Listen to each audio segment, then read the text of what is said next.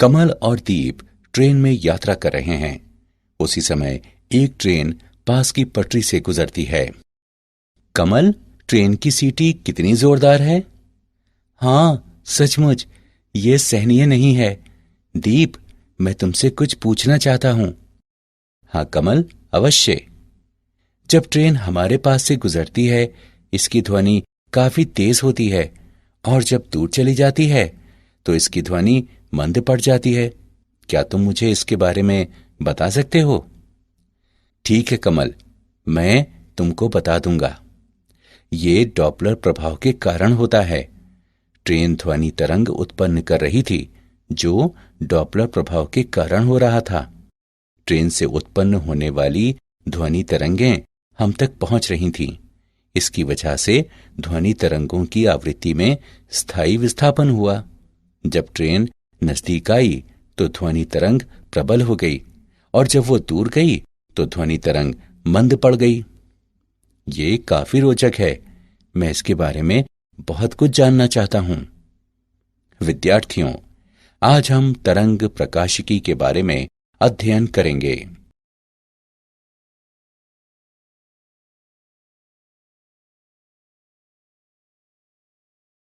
उद्देश्य। इस पाठ के अंत में आप निम्न करने में सक्षम हो जाएंगे।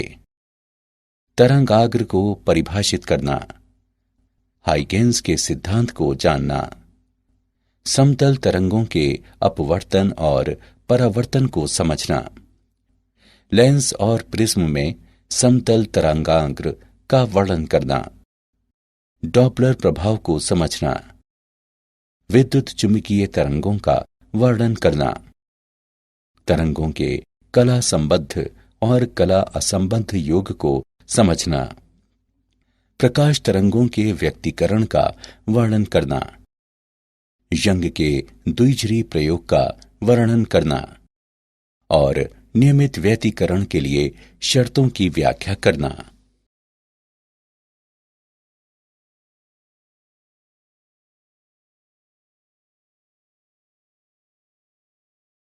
तरंगाग्र। तरंगाग्र को किसी दिए हुए क्षण में समान कला में कंपनकारी माध्यम के सभी कणों के बिंदु पथ के रूप में परिभाषित किया जाता है।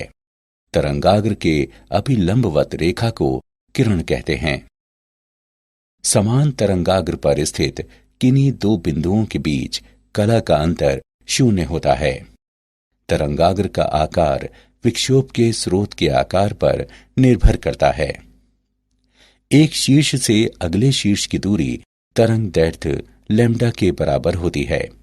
दो क्रमागत तरंगाग्र पर समान कला में किन्हीं दो बिंदुओं पर कला का अंतर 2 पाई होता है।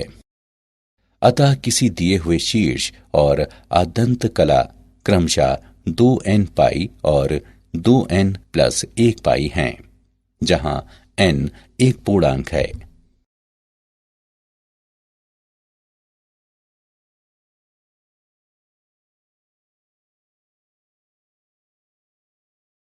तरंगाग्र के प्रकार। विभिन्न प्रकार के तरंगाग्र होते हैं जो निम्न हैं। गोलाकार तरंगाग्र। किसी बिंदु स्रोत से विकीर्ण प्रकाश तरंग के तरंगाग्र को स्रोत के संकेंद्री गोलाकार सतह द्वारा प्रदर्शित किया जा सकता है। समतल तरंगाग्र। स्रोत बिंदु से बहुत अधिक दूरी पर गोलाकार तरंगाग्र की त्रिज्याएं बहुत बड़ी होती हैं और इस छोटे भाग को समतल माना जा सकता है। बेलनाकार तरंगाग्र। एक रेखा स्रोत किसी स्रोत के साथ बेलनाकार तरंगाग्र समाक्षीय उत्पन्न कर सकता है।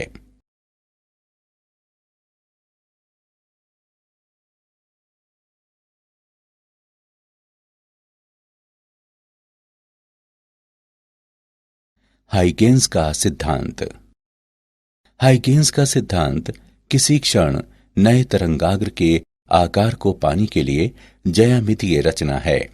हाइगेंस का सिद्धांत कुछ समय में नए तरंगाग्र का आकार प्राप्त करने के लिए ज्यामितीय रचना है। इस सिद्धांत के अनुसार तरंगाग्र का प्रत्येक बिंदु गोलीय द्वितीयक तरंगों का स्रोत है। तरंगिका कहलाती है जो विभिन्न दिशाओं में संचरण की गति के साथ उस माध्यम में प्रसारित हो जाती है। बाद के समय में नया तरंगाग्र द्वितीयक तरंगिकाओं की स्पर्शजया है, जो द्वितीयक तरंगाग्र का आवरण कहलाता है।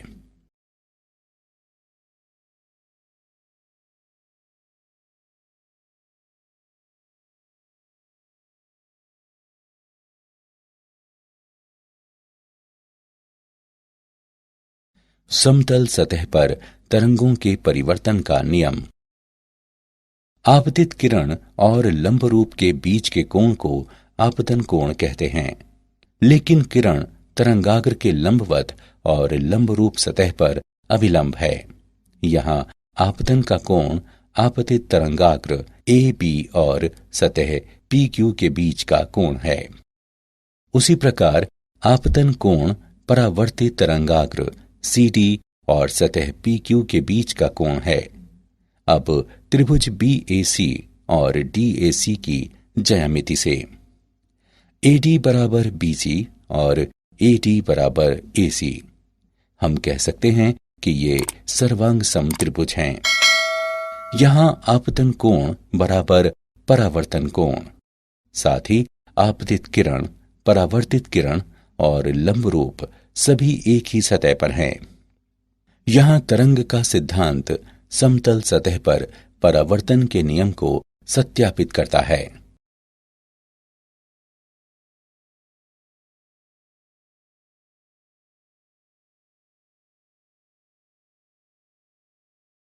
समतल तरंगों का अपवर्तन। मान लीजिए किसी समतल सतह पर समानांतर प्रकाश पुंज आपतित होता है और दो माध्यमों में विभक्त हो जाता है। विभिन्न समय में समतल ए बी, ए1, बी1 और ए2, बी2 पर आपतित तरंगाग्र की स्थितियां हैं। तरंगाग्र ए बी में बिंदु बी एक हाइगेंस तरंगिका उत्पन्न होकर बी बी डैश दूरी पर समय टाउ में द्वितीय माध्यम में विचरण करेगी, ताकि सतह एक्स वाई पर बिंदु ए डैश के साथ तरंगाग्र ए से प्रथम माध्यम में विस्तारित होता है। चूंकि ए और बी त्रिज्याओं वाली दो तरंगिकाएं असमान माध्यम में विचरण करती हैं और वे क्रमशः V1 और V2 की विभिन्न गतियों में विचरण करती हैं। स्थिति 1, यदि माध्यम 2 प्रकाश के दृष्टिकोण से माध्यम 1 की तुलना में सघन है तो V1 बड़ा है V2 से और यहाँ A डैश बड़ा है B डैश से। किरणें लंब रूप की ओर मुड़ जाती हैं। स्थिति 2, यदि माध्यम 2 प्रकाश के दृष्टिकोण से माध्यम 1 की तुलना में विरल है तो V1 छोटा है V2 से और यहाँ A डैश छोटा है B डैश से। किरणें लंब रूप की ओर से हट जाती हैं। दूरी A डैश बराबर V1 टाउ बराबर लैम्डा 1, माध्यम 1 में प्रकाश तरंग का तरंग दैर्ध्य। दूरी B डैश बराबर V2 टाउ बराबर लैम्डा 2, माध्यम 2 में प्रकाश तरंग का तरंग दैर्ध्य। अतः V1 बटे V2 बराबर लैम्डा 1 बटे लैम्डा 2, या इसे इस प्रकार से लिखा जा सकता है V1 बटे लैम्डा 1 बराबर V2 बटे लैम्डा 2 बराबर न्यू। उपर्युक्त व्यंजक दर्शाता है कि अपवर्तन के दौरान प्रकाश तरंग की आवृत्ति अपरिवर्तित रहती है। जब प्रकाश तरंग सघन माध्यम में अपरिवर्तित होती है, तरंग दैर्ध्य कम हो जाती है और जब प्रकाश तरंग विरल माध्यम में अपरिवर्तित होती है तो तरंग दैर्ध्य बढ़ जाता है।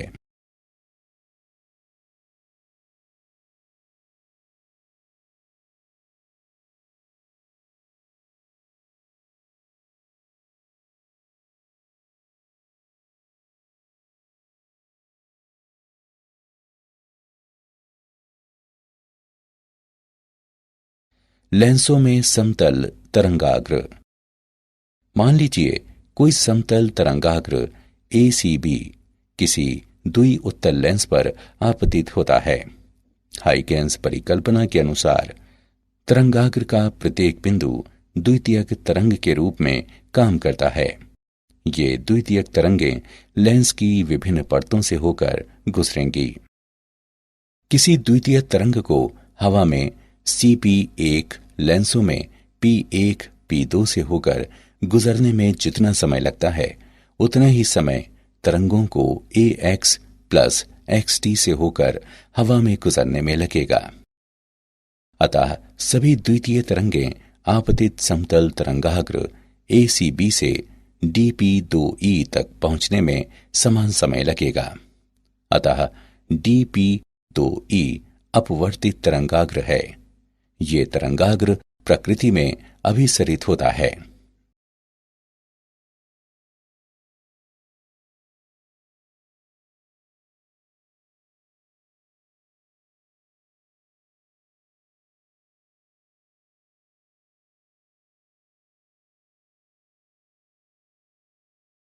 प्रिज्म में समतल तरंगाग्र। मान लीजिए एक समतल तरंगाग्र BD प्रिज्म पर आपतित होता है। हाइगेंस की परिकल्पना के अनुसार तरंगाग्र का प्रत्येक बिंदु द्वितीयक तरंगों के समान काम करता है। ये द्वितीयक तरंगें विभिन्न प्रिज्म की विभिन्न परतों से होकर गुजरेंगी। किसी द्वितीयक तरंग को BC दूरी से प्रिज्म के पदार्थ से होकर गुजरने में जितना समय लगता है उतना ही समय द्वितीयक तरंगों को हवा में दूरी DA प्लस AE तय करने में लगेगा। हवा में तय की गई दूरी स्पष्ट रूप से प्रिज्म में तय की गई दूरी से अधिक है। इसका कारण यह है कि प्रिज्म के पदार्थ में द्वितीयक तरंग का वेग हवा की तुलना में कम है। सभी द्वितीयक तरंगें BD से निकलती हैं और उसी समय हमें CE पर पहुंच जाती हैं। अतः CE निर्गत तरंगाग्र है।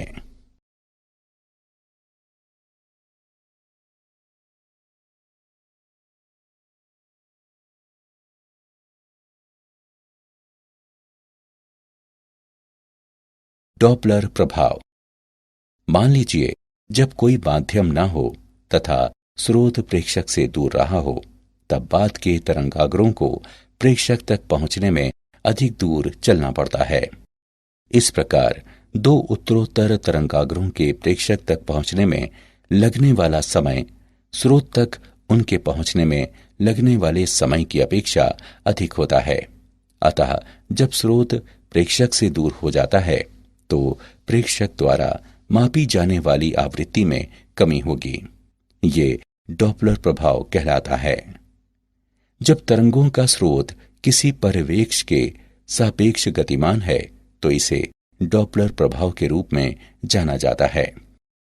डॉपलर प्रभाव का वर्णन तरंगों के गतिमान स्रोत के रूप में किया जाता है जहां प्रेक्षक के लिए आवर्त में दृश्य विस्थान होता है।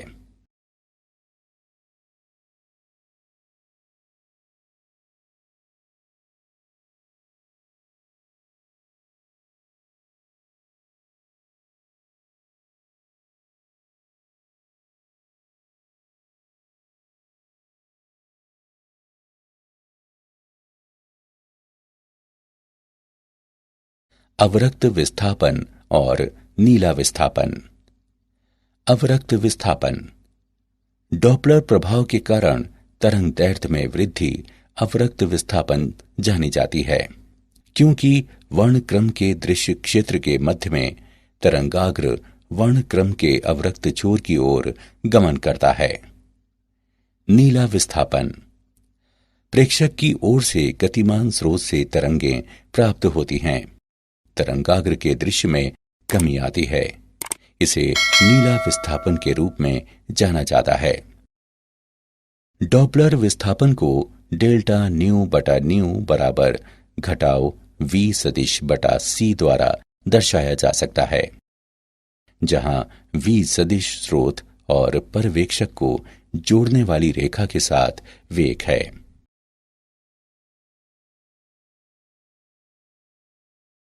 विद्युत चुंबकीय तरंगें। विद्युत और चुंबकीय क्षेत्रों से युक्त ऊर्जा की तरंग को विद्युत चुंबकीय तरंग के रूप में जाना जाता है। विद्युत और चुंबकीय क्षेत्रों में विविधताएं आती हैं। परिणाम स्वरूप वे समान स्थान और समान समय में अपनी उच्चिष्ठ और निम्निष्ठ को प्राप्त करते हैं। विद्युत और चुंबकीय क्षेत्रों की दिशाएं एक दूसरे के लंबवत और तरंग के संचरण की दिशा में होती हैं। ये तरंगें प्रकृति में त्रियक होती हैं। तरंगों का कम वेग पूर्ण रूप से माध्यम के विद्युतीय और चुंबकीय गुणों पर निर्भर करता है जिसमें वे विचरण करते हैं। तरंगों का अध्यारोपण। तरंगों का अध्यारोपण व्यक्त करता है कि जब दो या दो से अधिक तरंगें समान माध्यम में समान समय में एक दूसरे को अध्यारोपित कर भ्रमण करती हैं तो इस तरंग के किसी भी क्षण के विस्थापन का परिणाम किसी भी क्षण व्यक्तिगत विस्थापन के सदिश योग के बराबर होता है। मान लिया जाए कि सदिश y1, y2, y3 और इत्यादि में किसी भी क्षण अलग से सक्रिय व्यक्तिगत तरंगों के कारण सदिश विस्थापन होता है तो अध्यारोपण के सिद्धांत के अनुसार उस क्षण परिणामी तरंग का विस्थापन होगा। सदिश y1 plus y2 plus y3 plus इत्यादि।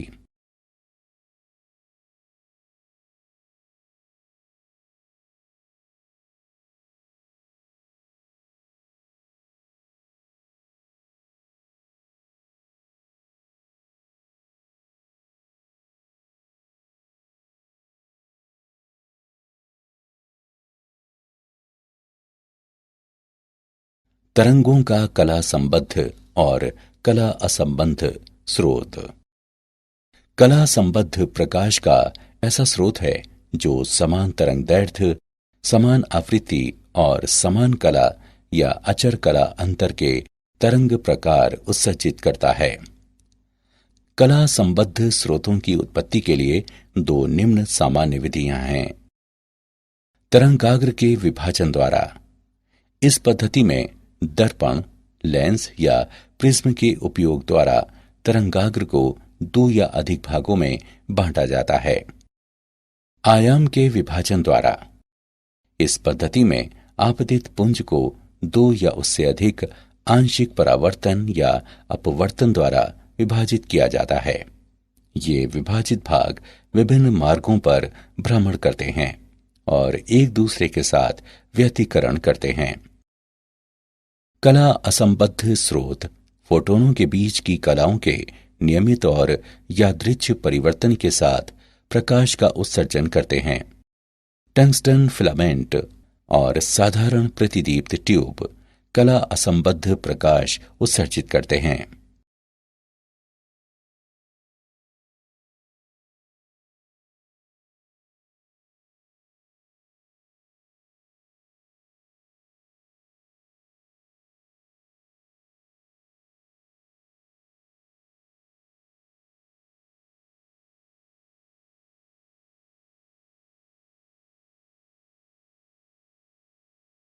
प्रकाश तरंगों का व्यतिकरण।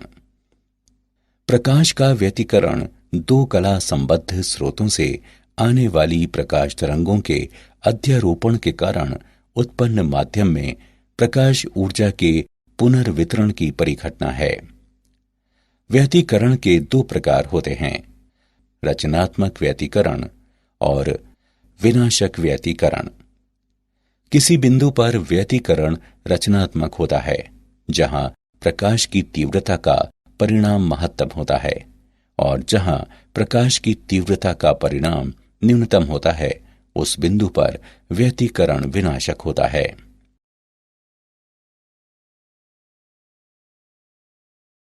रचनात्मक और विनाशक व्यतिकरण। रचनात्मक व्यतिकरण जिस बिंदु पर प्रकाश की तीव्रता का परिणाम महत्तम होता है उसे रचनात्मक व्यतिकरण कहते हैं। रचनात्मक व्यतिकरण के लिए फाई बराबर 2n पाई या p बराबर n लैम्डा। जहां n बराबर 0, 1, 2, 3 आदि हैं। फाई बराबर कला का अंतर, p बराबर पथांतर, लैम्डा बराबर प्रकाश का तरंगदैर्घ्य। विनाशकारी व्यतिकरण, जहां प्रकाश की तीव्रता का परिणाम न्यूनतम होता है, उस बिंदु पर व्यतिकरण विनाशक कहलाता है। विनाशक व्यतिकरण के लिए फाई बराबर 2n प्लस 1 पाई या p बराबर 2n प्लस 1 लैम्डा बटे 2। यंग का द्विझिरी प्रयोग। यंग के परीक्षण में किसी स्रोत के माध्यम से एक वर्णीय प्रकाश को संकीर्ण झिरी S से गुजरता है और दो नजदीकी संकीर्ण झिरियों S1 और S2 पर S दूरी पर गिरता है। झिरियां S1 और S2 प्रकाश तरंगों के कला संबद्ध स्रोतों के रूप में काम करती हैं और प्रत्येक प्राथमिक स्रोत S से व्युत्पन्न हैं। ये तरंगे विभिन्न बिंदुओं पर रचनात्मकता तथा विनाकारी के रूप में काम करती हैं। ये पर्दे पर विभिन्न बिंदुओं पर प्रत्यावर्ती दीप्त और उदीप्त बैंड की उत्पत्ति करती हैं और पर्दे पर ये व्यतिकरण फ्रिंज कहलाती हैं।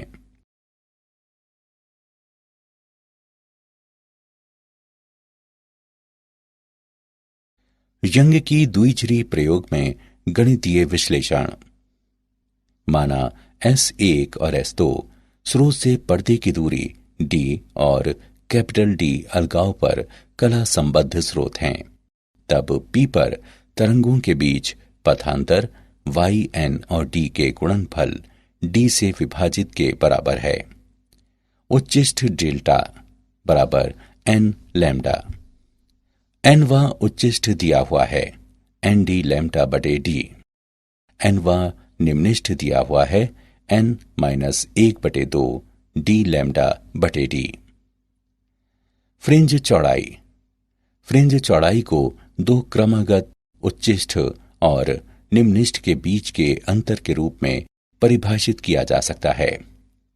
बीटा बराबर y n plus 1 minus y n, जो कैपिटल D लैम्डा बटे d के बराबर है। कोणीय फ्रिंज चौड़ाई दिया हुआ है बीटा बटे d, ये लैम्डा बटे d के बराबर है। श्वेत प्रकाश का उपयोग। जब किसी झिरी को प्रकाशवान करने के लिए श्वेत प्रकाश का इस्तेमाल किया जाता है तो हम केंद्रीय श्वेत फ्रिंज के एक व्यतिकरण पैटर्न को प्राप्त करते हैं, जिसके दोनों तरफ एक समान रंगीन फ्रिंज और फिर समरूप प्रकाश प्राप्त करते हैं।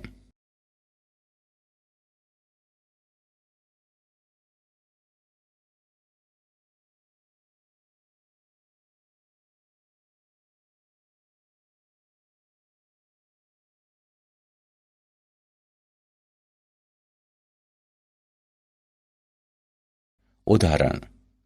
हम यंग के द्विझिरी प्रयोग पर एक उदाहरण लेते हैं। यंग के प्रयोग में 3 मिलीमीटर की झिरियों को 480 नैनोमीटर तरंग दैर्ध्य के प्रकाश द्वारा अलग किया जाता है।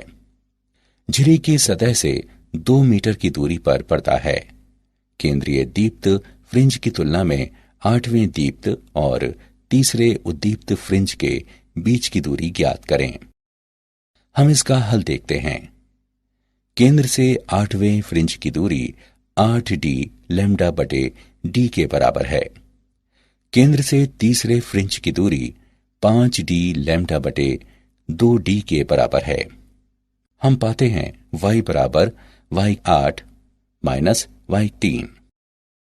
मान रखने पर और गणना करने पर हम पाते हैं y बराबर 11d लैम्डा बटे d। उपर्युक्त समीकरण में मान रखने पर तथा गणना करने पर हम पाते हैं y बराबर 3.52 मिलीमीटर। यहाँ केंद्रीय दीप्त फ्रिंज की तुलना में 8वें दीप्त और तीसरे उद्दीप्त फ्रिंज के बीच की दूरी 3.52 मिलीमीटर है।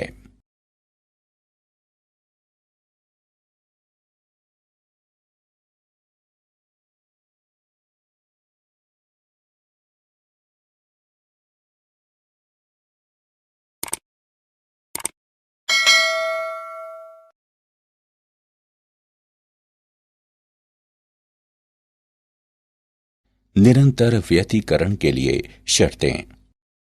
लगातार और स्थायी रूप से व्यतिकरण प्राप्त करने के लिए निम्नलिखित आवश्यक शर्तें हैं। प्रकाश का एक वर्णीय होना चाहिए। यदि ऐसा नहीं है तो फ्रिंज के रंग अतिव्याप्त हो जाएंगे। दो स्रोतों के बीच उत्पन्न व्यतिकरण का कला संबद्ध होना आवश्यक है। तरंगों के प्रवाह की वजह से उत्पन्न होने वाले प्रकाश तरंगों का समान तरंगदैर्घ्य और वेग का होना आवश्यक है।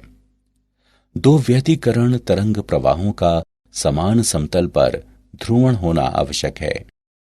व्यतिकरण फ्रिंज का अच्छी तरह से अवलोकन करें।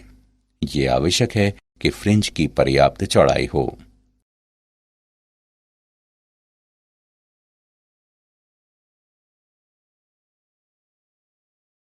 क्या आप जानते हैं, निर्माण के दृष्टिकोण से लेंस का आकार गोलीय सतह का होता है, जबकि सिद्धांत के मुताबिक आदर्श सतह आस्फेरिक होनी चाहिए। लंब की ओर मुड़ने पर प्रकाश की गति धीमी हो जाती है और तरंगदैर्घ्य लघु हो जाता है जब सघन माध्यम में प्रवेश करता है। पुल के उस पार या किसी अन्य बाधक से तरंगों का परावर्तन होने की वजह से व्यतिकरण पैटर्न बनता है जो स्थिर तरंग कहलाता है। इसमें तरंग का शीर्ष हटकर गतिमान नहीं होता है।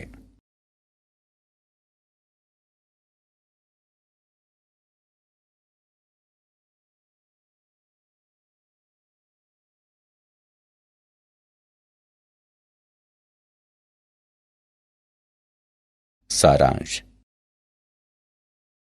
आइए हमने जो कुछ सीखा है उसे संक्षेप में दोहराएं। तरंगाग्र को किसी दिए हुए क्षण में समान कला में कंपनकारी माध्यम के सभी कणों के बिंदु पथ के रूप में परिभाषित किया जाता है। तरंगाग्र का प्रत्येक बिंदु गोलीय द्वितीयक तरंगों का स्रोत है। वो तरंगिका कहलाती है। जब तरंगों का स्रोत किसी परिवेश के सापेक्ष गतिमान है तो इसे डॉपलर प्रभाव के रूप में परिभाषित किया जाता है, जहां प्रेक्षक के लिए आवर्त में दृश्य विस्थान होता है। प्रेक्षक की ओर से गतिमान स्रोत से तरंगें प्राप्त होती हैं। तरंगाग्र के दृश्य में कमी आती है। इसे नीला विस्थापन के रूप में जाना जाता है।